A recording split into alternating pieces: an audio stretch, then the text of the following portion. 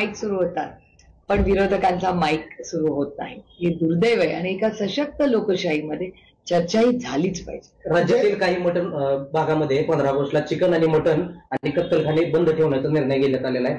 राजकीय प्रतिक्रिया कालपासून त्याच्यावरती यायला लागले. तुम्हाला काय वाटतं? कारण कुठेतरी अभिव्यक्ती स्वातंत्र्य उघाद आणण्याचा हा प्रकार केला जातोय का? अर्थातच काही विषयच नाहीये. म्हणजे मला असं वाटतं आज राज्यासमोर ह्या सरकारकडे तुम्ही बघताय शेतकऱ्यांच्या आत्महत्या वाढलेल्या आहेत, शिक्षक आत्महत्या करतायत, जलजीवन मिशनचे काम करणारे लोक आत्महत्या करतायत. अशा परिस्थितीमध्ये जर एवढ्या आत्महत्या चाललेल्या आहेत, वेगवेगळ्या घटकातले लोक आत्महत्या करतायत कारण का सरकार पेमेंट देत नाही. एकीकडे चाललंय, दुसरीकडे महाराष्ट्राचा जो कर्जाचा डोंगर आहे तो वाढतच चाललाय. हे मी म्हणत नाही, केंद्र सरकार महाराष्ट्र सरकारचा डेटा सांगतो. 26 लाख लाडक्या बहिणींना त्यांनी भाऊबीजेलाच गिफ्ट दिले की आता तुम्हाला इथून पुढे पैसे मिळणार नाही. त्यामुळे अशी परिस्थिती असताना या सरकारचं लक्ष नक्की कुठल्या कामावर आहे? म्हणजे कोणी काय खायचं हे सरकार ठरवणार. आता कुठल्या दिवशी आम्ही काय खायचं? भारतरत्न डॉक्टर बाबासाहेब आंबेडकरांच्या संविधानाने हा देश चालतो, कोणाच्या मर्मर्जीने चालणार नाही आणि आम्ही चालू देणार नाही. कबूतर खाण्यासंदर्भात न्यायालयीन प्रक्रिया राबवत असताना याला धार्मिक रंग दिला जातोय असं वाटत नाही? काही असलं तरी चर्चा तर झाली पाहिजे ना. स्थानिक आमदार असतील, खासदार असतील, लोकप्रतिनिधी असतील, सरकार असेल, सरकार काय करते? सरकारमधलेच लोक वेगळी एक लाईन घेत आहेत, कोर्टाची एक लाईन, सरकार कधीतरी वेगळी लाईन घेते. सरकारच्या लाईन मध्ये पण सातत्य दिसत नाही ना. धनंजय मुंडे निवासस्थान सोडत नाहीत आणि दुसऱ्या बाजूला छगन भुजबळ यांना निवासस्थान मिळत नाही. हा वाद सुरू आहे. धनंजय मुंडे हे शासकीय निवासस्थान सोडत नाहीत, मात्र मुंबईच्या गिरगावमध्ये कोट्यावधींचा त्यांचा फ्लॅट त्या ठिकाणी आढळून आलाय. मुंबईमध्ये अजून 2 ठिकाणी त्यांचे फ्लॅट आढळून आलेत. मग असं असताना धनंजय मुंडेंना शासकीय निवासस्थान का सोडवत नाही? हा प्रश्न मला विचारायच्या ऐवजी तुम्ही माननीय मुख्यमंत्र्यांना विचारा, कारण का त्यांच्या सरकारचा हा निर्णय, तुम्हाला त्याचं उत्तर त्यांना द्यावं लागेल. निवडणुकी आधी मला 2 जण येऊन भेटले होते, तर ह्या वक्तव्यावरून आता अजित पवारांनी खरं तर शरद पवारांवर निशाणा साधलाय. अजित पवार असं म्हणतायत की त्यांनी बारामती लोकसभेचं उदाहरण दिलं, विधानसभेचं उदाहरण दिलं. मला ज्या वेळेस माझ्या कॅन्डिडेटला लोकसभेला कमी मतं मिळाली त्यावेळेस विरोधातला कॅन्डिडेट निवडून आला, अर्थात तुम्ही निवडून आला. मग विधानसभेला तरी देखील लोकांनी मला 1 लाख मतांनी निवडून दिलं. मग असं असताना विरोधक पुन्हा म्हणतील मी त्या ह्याच्यामध्ये घोटाळा केलेला आहे. कसं बघताय वक्तव्याकडे? हा एक विषय एका मतदारसंघाचा विषयच नाहीये. तुम्ही जर राहुल गांधींची प्रेस कॉन्फरन्स बघितली आणि तुमच्याच चॅनलनी ज्यांची नावं राहुलजींनी झाली, इथे तुमचंच चॅनल त्या घरी गेलंय ना. तुमच्याच चॅनलनी मला दाखवलं की एका घरात तेवढे लोक राहतच नाहीत. हे मी नाही म्हणत आहे, हे तुमच्या सगळ्यांच्या चॅनलनी तिकडे घरी जाऊन चेक केलंय की डुप्लिकेट नावं कशी आहेत. आणि हा बारामती लोकसभा मतदारसंघाचा विषयच नाहीये, हा काश्मीर टू कन्याकुमारीचा विषय, हा एक कुणाचाच विषय नाहीये, हा एका प्रक्रियेचा विषय आहे. आणि पवार साहेबांचं स्टेटमेंट तुम्ही परत ऐका. ते काय म्हणले, 2 लोक आमच्याकडे आले, त्यांनी कुणावरच आरोप केला नाही. पवार साहेबांनी 6 दशकांमध्ये त्यांच्या राजकारणात कधीच कुणावर आरोप केले नाही. तुम्ही त्यांची प्रेस कॉन्फरन्स परत जबाबदारीने पहा. ते काय म्हणले, असे 2 लोक माझ्याकडे आले. म्हणले काय चाललंय तंत्र टेक्नॉलॉजीचं. राहुल गांधींचा त्यांना फोन आला, ते दोघं भेटले आणि ते म्हणले ह्याच्यात आपल्याला काही पडायचं नाही आणि ह्याच्यावर आमचा विश्वास नाही असं म्हणून सोडून दिलं. त्याच्यामुळे आरोप नाही येतो, ते एक स्टेटमेंट आहे. हा पहिला मुद्दा. आणि दुसरा मुद्दा जे एव्हरी डेटा आहे तो डेटा इलेक्शन कमिशन पण नाकारत नाही ना, तुम्ही चॅनलवाले नाकारताय. कारण का जी नावं, ते एवढं जाडं पुस्तक आहे ज्याच्यात ते डुप्लिकेटचं सगळं आहे, ती सगळी कागदपत्र राहुलजींनी देशाला दाखवली आणि प्रत्येक चॅनलनी या देशातल्या जाऊन तिथे व्हेरीफाय केलंय की आहे जे आरोप किंवा वास्तव, खरं आरोप नाही येतो, जे वास्तव आहे जे राहुलजींनी देशाला दाखवलं ते तुम्ही सगळ्यांनी कन्फर्म केलं. अजित पवार असं देखील म्हणाले की लोकसभेला विरोधकांना चांगल्या जागा मिळाल्या त्यावेळेस ईएम चांगलं होतं, मात्र आता विधानसभेला अपयश आल्यानंतर त्यांच्याकडून सातत्यानं अशी विधानं केली जातात. हा ईव्हीएमचा विषय नाही, हा वोटर्स लिस्टचा विषय आणि तो आरोप नाहीये, तो डेटा आहे. आणि मुकेश अंबानीच म्हणतात की आज तेलापेक्षा डेटा जास्त मोठा आहे. Data is the new oil. हे मुकेश अंबानींनीच या देशाला शिकवलं. एक त्यांचं स्टेटमेंट आहे एक, आणि दुसरं हा डेटा आहे आणि तुमच्या समोर आहे आणि तुम्ही व्हेरीफाय केलाय ना. हा ईव्हीएमचा विषय नाही, हा वोटर्स लिस्टचा डेटा आहे. आणि बारामती लोकसभा मतदारसंघाचा विषयच नाहीये. ही एक तंत्रज्ञानावर झालेले Kashmir to Kanyakumari voter list मधल्या गोष्टी आहेत. भविष्यातील निवडणुका लोकशाही पद्धतीने होतील असं वाटतं? नाही, आमची एवढीच मागणी आहे की ही जी नावं आहेत किंवा ही जी प्रक्रिया आहे ही पारदर्शक व्हावी. जर तुम्हाला जर एक मत आणि मला एक मत, तर प्रत्येक व्यक्तीला एकच मत असलं पाहिजे ना. आपला संविधान काय सांगतो? आपला देश संविधानाने चालतो. तर जर तुम्हाला एक मत, मला एक मत, प्रधानमंत्र्यांना एक मत, सलमान खानला एक मत, सगळ्यांना समान नाही ना आहे. माधुरी दीक्षितला पण एकच मत. त्याच्यामुळे सगळ्यांना एकच मताचा अधिकार आहे, तर प्रत्येकाने एकच मत द्यावं. आणि जर असेल तर फॉर्म्स मध्ये एका घरात चुकीचे पत्ते, चुकीची आधार कार्ड, खोटी आधार कार्ड, हे तर तुमच्याच चॅनलनी दाखवलेले, तुमच्या सगळ्या चॅनल्सनी व्हेरीफाय केलंय. जे राहुलजींनी त्यांच्या प्रेस कॉन्फरन्समध्ये दाखवलं हे तुमच्या सगळ्यांच्या चॅनल्सनी त्या घरामध्ये दारामध्ये जाऊन वास्तव दाखवलंय की नाही देशात. म्हणजे दूध का दूध, पाणी का पाणी, साफ आहे. योगेंद्र काल 2 जे आहेत ते मयत दाखवले होते, ते कोर्टासमोर हजर केले. कसं बघता या सगळ्या? म्हणजे मी तुम्हाला खरं सांगू का, मला काहीच आश्चर्य वाटत नाही. कारण का या गोष्टी कानावर येत होत्या, नंतर त्याचा सगळा स्टडी, कारण का मी एकटं करण्यावर कधी आरोप करतच नाही. कारण का माझं म्हणणं आहे की जे काय व्हावं ते पारदर्शकपणे डेटा ड्रिव्हन व्हावं. त्याच्यामुळे डेटा दाखवतोय ना, त्याच्यामुळे वेगळं काय बोलायची गरजच नाही. Data speaks loud. तर आम्हाला अपेक्षित निवडणूक आयोगाकडून आहेत की उत्तर पूर्व बीजेपी भारतीय जनता पार्टीच्या नेत्यांकडून दिली जातात असा आरोप केला. नाही, रोहितचं स्टेटमेंट आहे, तुमच्याच चॅनलवरचं आहे. जे खरं आहे, एकीकडे भारतीय जनता पक्ष असं म्हणतं की ती स्वायत्त संस्था आहे. ती जर स्वायत्त संस्था असेल तर कुठल्याच, आम्ही पण नाही बोललं पाहिजे, त्यांनी पण बोललं, ते काय गरज नाही ना डिफेंड करायची. जर ती संस्थाचा सरकारचा काही संबंध नाही तर मग सरकारने काय बोलायचीच गरज नाही. आरबीआय आहे, इलेक्शन कमिशन आहे, या संस्था स्वायत्त संस्था आहेत आणि तशाच राहिल्या पाहिजेत हा आमचा आग्रह आहे. याचं लॉजिकल एंड काय असेल? भक्तिपथ आहे का? कारण आमचं एवढंच म्हणणं आहे की तुम्ही याची सगळ्याच्या लिस्ट चेक करा. जी डबल नावं आहेत, खोटी नावं आहेत, चुकीचे आहेत. आणि आजकाल तंत्रज्ञानामुळे एवढं मोठं तंत्रज्ञान आहे, त्या तंत्रज्ञानमध्ये किती येतं मला सांगा. आता तुम्ही पण सगळे तंत्रज्ञान, तुम्ही पण फॉर्म भरता. आता मला आश्चर्य वाटतं 4,800 कोटी रुपयाचा हा जो घोटाळा झालाय लाडकी बहीण योजनेमध्ये, तुम्ही मला विचार करून सांगा, तुमच्या सगळ्यांची मुलं आहेत, तुम्ही पण कुठल्या ना कुठल्या स्कीम मध्ये फॉर्म भरत असाल, तुमचा फॉर्म रिजेक्ट नाही होत? 0.1% साठी फॉर्म, 0.1% साठी आपलं काही चुकलं तर रिजेक्ट. पीक विमा शेतकऱ्याचा थोडंसं काही कमी जास्त फोटो आला, रिजेक्ट. कोणाची स्कॉलरशिप असेल, ST SC, रिजेक्ट. मग अशा वेळी जेव्हा सरकारला पैसे द्यायची वेळ असते हक्काच्या माणसाला, शेतकऱ्याला, कष्ट करणाऱ्याला, तेव्हा फॉर्म रिजेक्ट होतात. लाडकी बहीण योजनेमध्ये 26, आणि तुम्हीच चॅनलनी कव्हर केले ना, मी तर माझ्या कल्पनेतल्या गोष्टी नाही. आता कसे काय त्याच्यात पुरुष निघाले, शॉकिंग. पुरुषांना पण यांनी लाडक्या बहिणीत मतं दिले. आणि काय दिवस बघितला, रक्षाबंधनाच्याच दिवशी बॉम्ब फुटला आणि सांगितलं आता या सगळ्या इन्क्वायरी. म्हणजे तुम्ही विचार करा, रक्षाबंधन म्हणजे काय? बहिणीचं रक्षा करण्यासाठी बंधन आहे, त्यालाच कात्री लावायचं काम या सरकारने दिलेलं आहे. लाडक्या बहिणीचा उल्लेख निघाला म्हणून खरं तर 2 दिवसापूर्वी माजी आमदार संजय जगताप यांनी सासवड नगर परिषदेमध्ये आंदोलन केलं. देशात पहिली आलेली नगरपालिका, मात्र निधी अभावी त्या ठिकाणी कुठलंच काम होत नसल्याचं जाहीर तिथल्या मुख्याधिकाऱ्यांनी सांगितलं. कसं बघता या सगळ्या? 7 महिन्यात एकही त्यांचं काम मंजूर होत एकाही प्रमाणात. सत्ता कुणाची आहे? सत्ता जे सत्तेमध्ये त्यांनी त्याचं उत्तर दिलं पाहिजे ना. शेतकऱ्यांना पैसे मिळत नाही, हमी भाव मिळत नाही, आत्महत्या दर 3 तासाला. हे माझं स्टेटमेंट नाही आहे, महाराष्ट्र सरकारचं ऑफिशियल स्टेटमेंट आहे असेंब्लीमध्ये. मकरंद आबा पाटलांचं स्टेटमेंट आहे की जानेवारी, फेब्रुवारी, मार्च 3 महिन्यामध्ये 3 तासाला 1 आत्महत्या झालेली. सांगलीमध्ये तुम्हाला माहिती आहे जलजीवन मिशनचं काय झालं, शिक्षकांच्या आत्महत्या झालेल्या, वेळेवर पैसे येत नाहीत, शिवभोजन थाळीला पैसे नाहीये, लाडक्या बहिणी योजनेमध्ये 25 लाख महिला कमी केलेल्या. मग जर अशा सगळं कटछाट आणि एवढं करून फिस्कल डेफिसिट, ज्याच्याबद्दल मी वर्षभर नाही 2 वर्ष मी सांगून थकले सगळ्यांना. तुम्ही माझी सगळी भाषणं, तुम्ही तर सगळ्यांनी मला किती वेळा भेटलाय. Fiscal FRBM act, fiscal deficit management act वर मी किती वर्ष बोलते. पैसे किती येत आहेत आणि किती खर्च होतात त्यातली जी गॅप असते त्याला फिस्कल मॅनेजमेंट म्हणतात. जेवढे पैसे येत होते त्याच्या 10 पटीने पैसे इलेक्शनच्या आधी खर्च करत होते हे सरकार. आता कट छाट करत कुठे आले? फिस्कल डेफिसिट हॅज कोलॅप्स्ड महाराष्ट्र सरकारचं पूर्ण.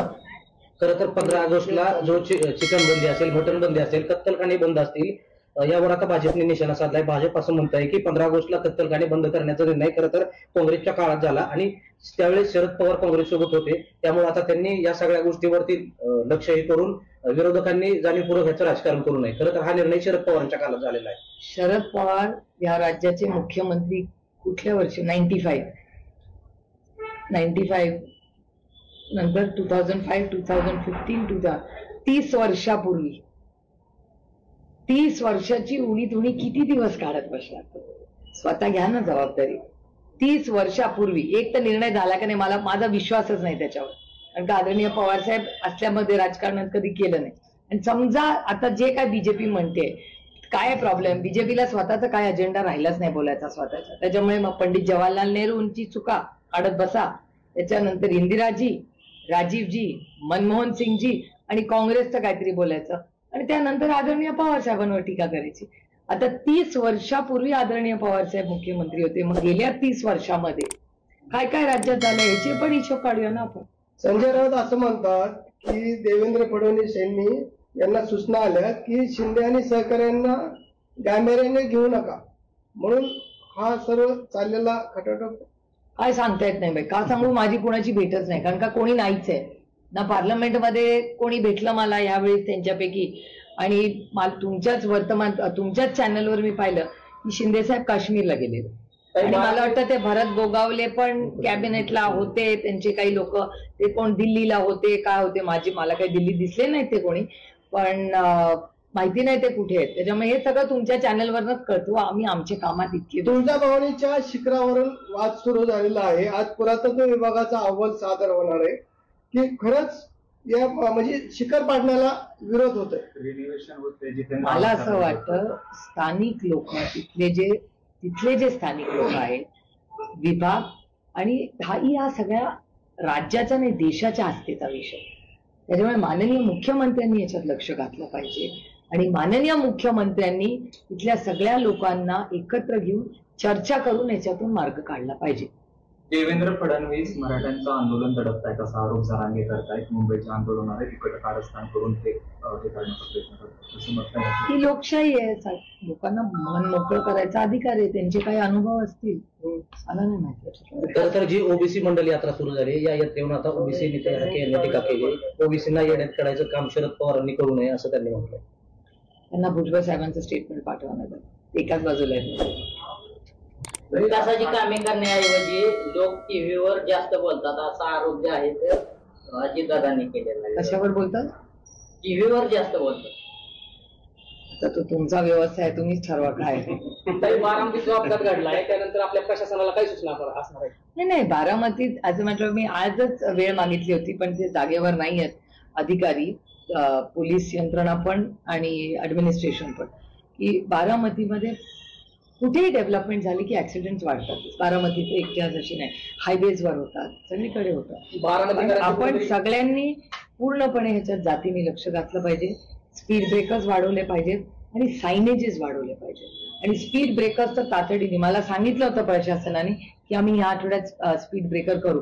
एकही स्पीड ब्रेकर वाढलेला नाहीये. बारा स्पीड ब्रेकर झाले, खिचडी व्हायला लागली. आता त्याच्यामध्ये नव्याने सूचना देण्यात आल्यात की ठिकठिकाणी सिग्नल यंत्रणा बसवावी. आपल्या इथं साधारणतः 200 ते 300 मीटरवर चौक आहे. मग सिग्नल यंत्रणा ज्या ठिकाणी बसवण्यात येणार त्या प्रत्येक ठिकाणी स्पीड ब्रेकर वाटतं. उदाहरण टाईप द्यायचं झालं तर आपण समजा एमआयडीसीत निघालो तर प्रत्येक चौकामध्ये दोन्ही बाजूला स्पीड ब्रेकर केले. मग तिथे जर सिग्नल यंत्रणा बसवल्यानंतर वाहतूक कोंडी होईल का सुरळीत होईल? आपला काय अनुभव? तज्ज्ञांना विचारा. गडकरी साहेबांनी जेव्हा नवले ब्रिजला माझ्याकडे सातत्याने ऍक्सिडेंट्स होते, तो आपल्याच बारामती लोकसभा मतदारसंघाचा भाग आहे, मी गडकरी साहेबांची मदत घेतली. त्या चौकासाठीही मी ते सगळे आणले होते. आता कलेक्टरांशी सातत्याने या विषयावर बोलण्यात आलंय की तो एनजीओ आहे जो ह्याच्यातच तज्ज्ञ आहे.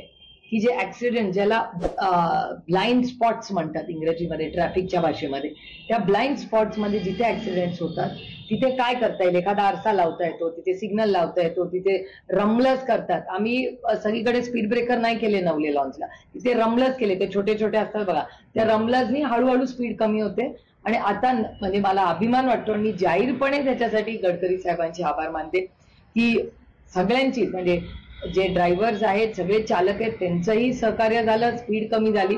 नवले ब्रिजवर आता आधीसारखे ऍक्सिडेंट होत नाही. अशा दुर्घटना त्याच्यामुळे बारामतीचं एक ड्रॉइंग करून, मागेही तो एनजीओ इथे मी बोलवला होता, त्या एनजीओला गडकरी साहेबांच्या त्या एनजीओचं मार्गदर्शन घेऊन बारामतीचं ट्रॅफिक प्लॅनिंग, जसं टाउन प्लॅनिंग करतो तसं ट्रॅफिक प्लॅनिंग तातडीने करण्याची गरज. एसटी मध्ये घडलेली जी काटेवाडीमधली घटना आहे, त्यानंतर पण बारामतीत असं सुरक्षित नसल्याचं बोललं जातंय. सुरक्षित कोणीच नाही महाराष्ट्रात. पुण्यात पण घटना होतात, बारामतीत होतात, सगळीकडे राज्यात क्राईम वाढलाय. मी म्हणत नाहीये. केंद्र सरकारचा होम डिपार्टमेंट, गृह मंत्रालयाचा केंद्र सरकारचा डेटा सांगतो की महाराष्ट्रात क्राईम वाढलेला आहे. तिथे पण त्यांची सत्ता येते, विरोधक म्हणून म्हणत नाहीये मी, डेटा तुमच्या समोर. पंतप्रधान मोदी हे पुढच्या महिन्यात अमेरिकेला जाणार आहेत आणि डोनाल्ड ट्रम्प यांची भेट घेणार आहेत. सातत्यानं मोदी सांगतायत की ट्रम्प हे माझे मित्र आहेत, मात्र ट्रम्प हे सातत्यानं भारतावर जास्तीचा टॅरिफ लादतायत. मोदीजी आता चायनाला जाणार आहेत पहिले. आता पहिली त्यांची भेट चायनाला आहे. चायनाची व्हिजिट झाल्यानंतर मोदी साहेब अमेरिकेला जाणार आहेत. कुठल्याही लोकशाहीमध्ये प्रधानमंत्री जेव्हा फॉरेनला जातात तेव्हा आम्ही सगळे त्याचा, अर्थातच आमची अपेक्षा आहे नागरिक म्हणून, लोकप्रतिनिधी म्हणून, की चर्चा ही झालीच पाहिजे. याचं कारण की मनमोहन सिंग साहेबांच्या काळात इकॉनॉमी उघडली, मोठे रिफॉर्म झाले. ही एक खूप मोठी संधी आहे आपल्या देशाला रिफॉर्म्स करण्याची. आणि त्याच्याच बरोबर टॅरिफ्समध्ये जे काही आपल्याबद्दल घडलं, दुर्दैव आहे खरं, मला हे व्यासपीठ नाही त्याच्यावर टीका करायचं, पण आम्हाला सरकारकडून जास्त अपेक्षा होत्या. जेव्हा ऑपरेशन सिंदूरसाठी आम्ही सगळे गेलो तेव्हा सगळ्या टीम्स, पक्ष, मतभेद सगळे बाजूला ठेवून आम्ही देशासाठी गेलो. तसंच टॅरिफसाठी का नाही मदत घेत हे सरकार? जर टॅरिफ्स असेल, चायनाचे टिअर 2 डायलॉग्स असतील, या सगळ्या आंतरराष्ट्रीय मध्ये काँग्रेसमधले अतिशय, काँग्रेस म्हणू नका पण त्यांनी त्या विचारधारेत अतिशय उत्तम काम केलंय. का नाही त्या तज्ज्ञांचा उपयोग हे सरकार करत? राजनीती होती राहिली, पण हा राजनीतीचा विषय नाही, देशाचा विषय. टॅरिफ्समध्ये अनेक इंडस्ट्रीज आहेत ज्यांच्यावर खूप मोठा इम्पॅक्ट होणार आहे. जर 50% राहिलं तर आपलंही नुकसान होणार आहे, अमेरिकेचंही नुकसान होणार आहे. फक्त आपलं नुकसान होणार नाहीये, अमेरिकेचंही नुकसान त्याच्यात होणार आहे. त्यामुळे हा खूप गंभीर विषय आहे. आमची अपेक्षा आहे की भारत सरकारने एक ऑफिशियल स्टेटमेंट कॉमर्स मिनिस्ट्रीनी पार्लमेंटमध्ये करून त्याच्यावर चर्चा घ्यावी.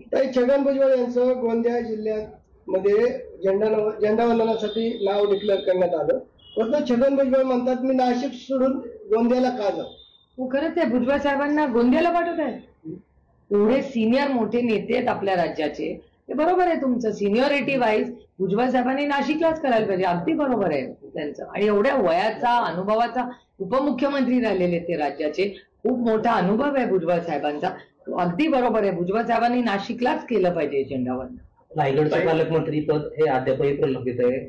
आदिती तटकरेंना झेंडावंदनाचा मान मिळाला म्हणून भगत गोगोले कुठेतरी नाराज असल्याची चर्चा आहे.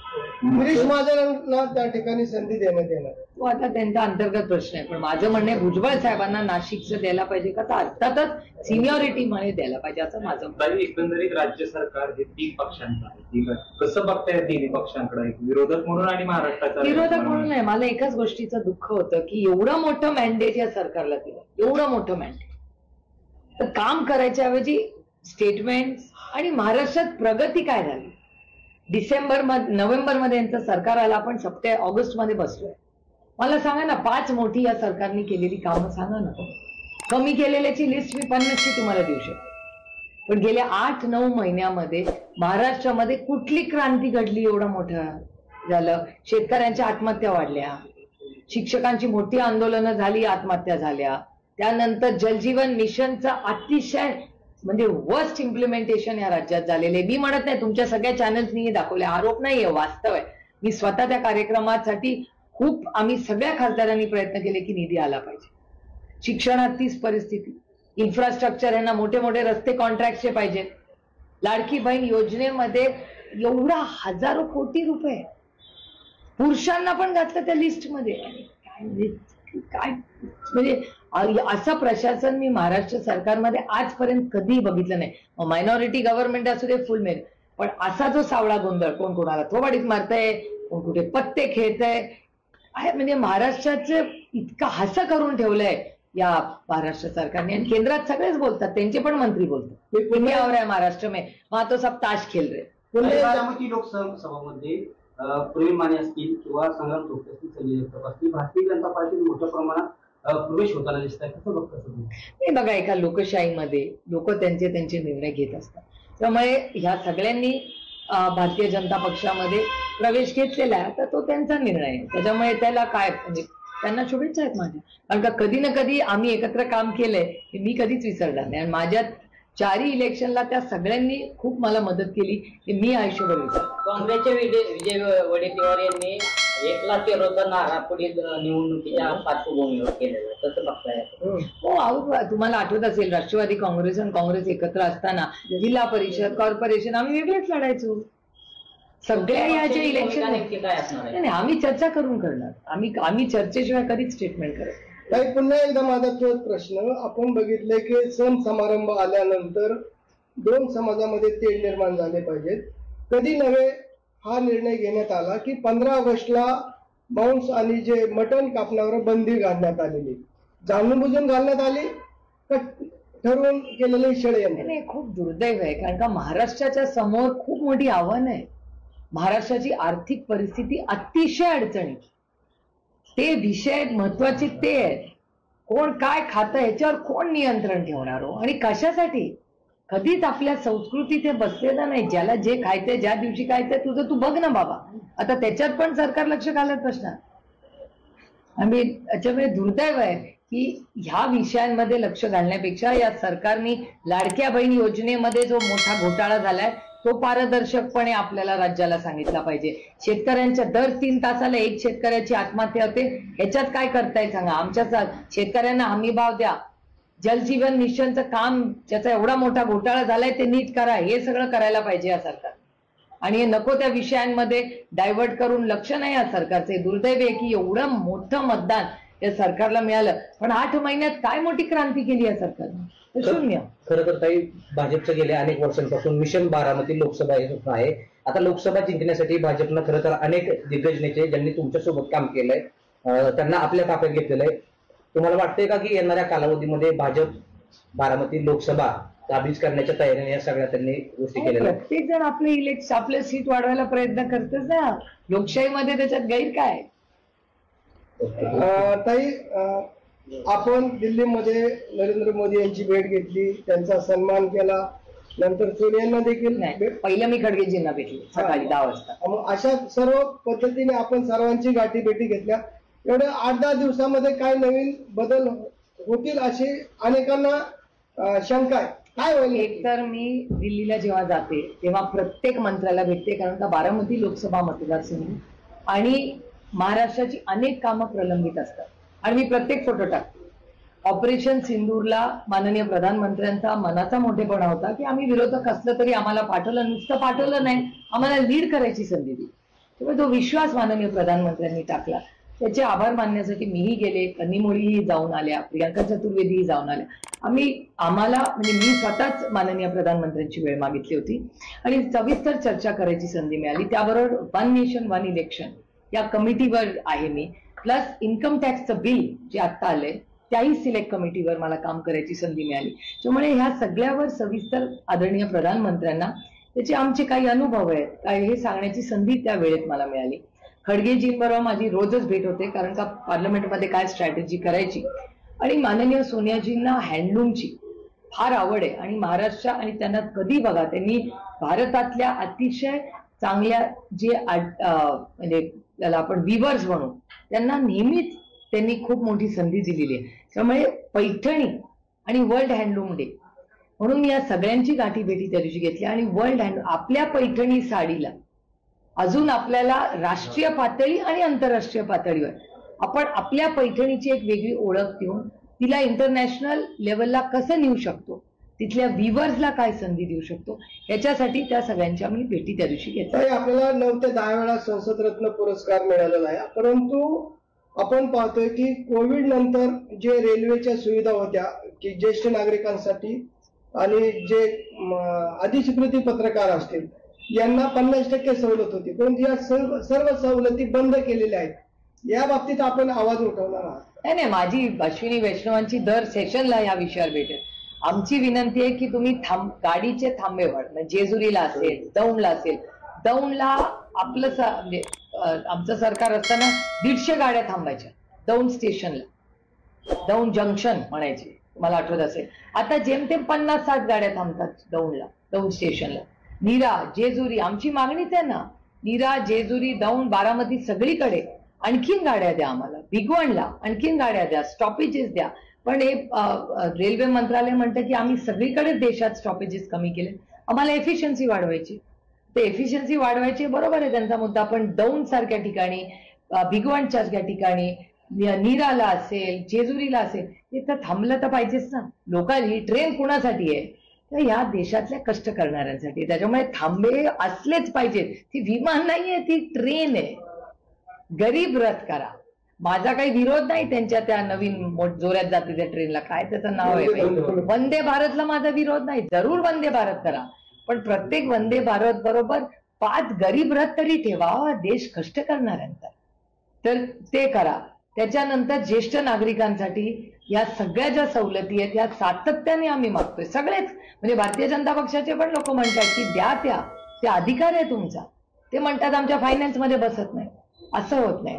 शेवटी ते सरकार आहे, आणि सरकार जर सर्वसामान्य माणसासाठी नसेल तर मग कुणासाठी आहे? फक्त मोठ्या लोकांसाठी आहे सरकार. काही यवतमध्ये हिंसाचार झाला, त्यामध्ये अनेक गोरगरीब मुलांवरती गुन्हे दाखल झाले, कसं खूप दुर्दैवी आहे. म्हणजे मी तेव्हाही कधीच मी एकही स्टेटमेंट तेव्हा केलं नाही. फक्त हात जोडून विनंती केली की बाबा शांतता राखा. मी स्वतः अप्पासाहेब पवार माझे सहकारी त्यांच्याशी बोलले, मी राहुल कुलांशीही बोलले. त्यावेळी राहुल कुल, मी, अप्पासाहेब पवार आम्ही सगळ्यांनी एकत्र मिळून ठरवलं होतं की ही राजकारण तर चलता रहेगा, पण आता आपल्याला आपलं दौंड हे शांत ठेवलं पाहिजे. म्हणून अनेक वेळा माझी राहुल कुलांची बोलायची संधी झाली. स्थानिक आमदार म्हणून तिथले स्थानिक अनेक पक्षाचे नेते, पदाधिकारी, सहकारी, त्या सगळ्यांची मी चर्चा केली की बाबा आता ही राजकारण 5 वर्षांनी होईल, पण आता आपलं दौंड तालुका हा सुसंस्कृत तालुका आहे, हा आपलं यवत आहे, आपलेच लोक आहेत. आणि दुर्दैव हे काय होतं की बाहेरून कोणीतरी येतं, काहीतरी बोलून जातं, त्याचा बिचारा गरीब कष्ट करणारा आहे ना, त्याचे हाल होतात. खरं तर सातत्याने भाजपचे जे काही आमदार आहेत वादग्रस्त विधान करतायत, 2 समाजामध्ये, 2 धर्मामध्ये तेढ निर्माणचं काम करतायत. यामध्ये गोपीचंद पडळकर असतील, महेश लांडगे असतील, यामध्ये एकेकाळी तुमच्या सोबत काम केलेले अजित पवार गटाचे संग्राम जगतापदा यांनी देखील वादग्रस्त विधान करायला सुरुवात केलेली आहे. कसं बसतं या सगळ्या गोष्टींकडे? कारण सातत्यानं याच नेत्यांकडून 2 धर्मामध्ये तेढ निर्माण करण्याचं. अगदी बरोबर आहे. मी तुमच्याच चॅनलवर ऐकलं होतं की पुण्याच्या पालकमंत्र्यांनी जगतापांना बोलून घेतलं होतं आणि समज दिली होती असं म्हणे, असं तुमच्या चॅनलवर बातमी आलेली आहे. तेव्हा दुर्दैवी आहे की नवीन लोकप्रतिनिधी आज येत आहेत, नवीन पिढीकडे अपेक्षेने आपण बघतो, आणि ते जर अशी भडकाऊ गोष्टी करणार असतील आणि समाजात तेढ निर्माण होणार आणि ते सत्तेचा अविभाज्य भाग असतील आणि सत्याच्या लोकांना हे मान्य असेल तर हे महाराष्ट्राच्या ऐक्यासाठी घातक आहे.